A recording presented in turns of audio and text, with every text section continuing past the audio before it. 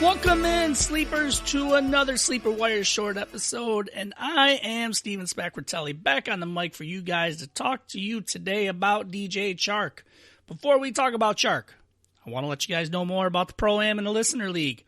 Still available. Get in there. It's a great time. Go to SleeperWire.com/donate. $50 for the Pro-Am, $30 for the Listener League. If you want to be a part of both, $75 for both. Highly recommend it. Great time. The Pro-Am's going to have guys like Ryan McDowell, Justin Boone, Marcus Grant, Matt Harmon, and more.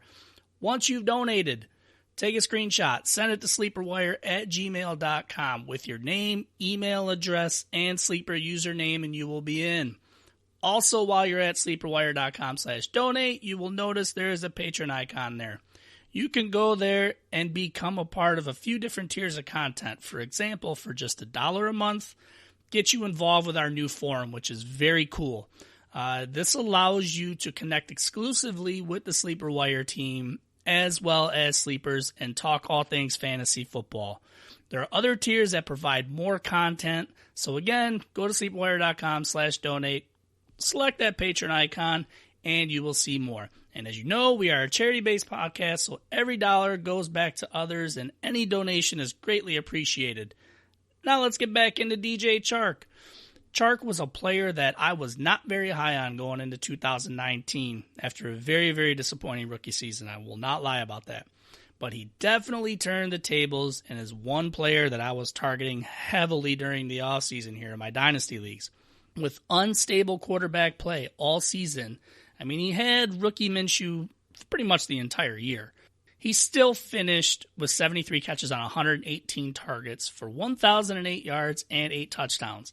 Now, the Jags are all in on Gardner Minshew. They did not make any moves in the offseason here that indicates that, they're not completely sold on him. To me, I'm looking at it as they're all in on the guy, and they're going to see what they really have there, which bodes well for Chark going into 2020 since, again, he's a quarterback that he basically played with all year. And, listen to those stats that I just said a second ago.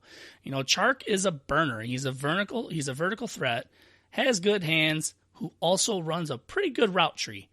New offensive coordinator Jay Gruden is absolutely loving this guy. I mean, his height, his size, his speed, wants to move him around and actually play him a little bit out of the slot. Now, behind Chark, you don't have much. There's Dede Westbrook, there's Keelan Cole, there's Chris Conley. These guys are all in their mid-20s, like 26 to 27 years old, and they're all going to be free agents after this season. And let's be honest, they also haven't been that impressive. They've had some glimpses, but, especially Dede and Conley, but they really haven't been that impressive. Marquise Lee has moved on as well. Not that he's ever been a big factor. His name was good, and he was good when he was on the field, but the guy's always hurt. So that's always been something there, and I'm one of the few that actually loves the selection of Laviska Shenault over there in Jacksonville, since he's, in my opinion, a very good complement to DJ Chark if he stays healthy. And if you heard my SleeperWire short episode on him, you'll understand what I'm talking about there. If you haven't heard it, go back and listen to it. It's some good stuff. Now, Shenault in time, in my opinion, will impact Fournette more in a passing game than he will DJ Chark because of the way that Shenault plays and how he can be moved around the field. Guys like Shenault or even second-year tight end, might be a little bit of a sleeper this year, Josh Oliver, could be some options that defenses are going to have to respect and free up Chark more than he can create for himself. Now, DJ Chark's ADP is hanging around the end of the 4th round, but if I have a top 3 pick in the draft and I want to stack up on running backs with my, first and second picks and still get somebody like DJ Chark and probably A.J. Brown, to be honest with you, as your wide receivers 1 and 2, I would not be mad at that whatsoever. I would be very happy to have that start out my first 4 rounds, for my redraft there going into this year, even in Dynasty. If you're doing a startup Dynasty draft, that'd be one hell of a way to start, in my opinion. So, again, go to SleeperWire.com/donate. Get involved with the Pro-Am and the Listener League. It's a good time. Check out the Patreon, see if that's something you want to be a part of. Again, there's a lot of good stuff that's going to be there this year.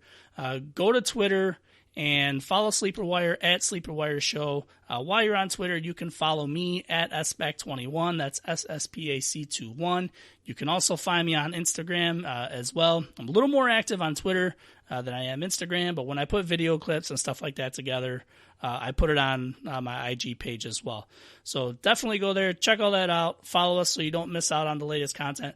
Go to Spotify, Apple Podcasts, make sure you're following so when everything does come through, any of our newest content, you guys get alerts about that. So until the next time you hear my voice, y'all be easy.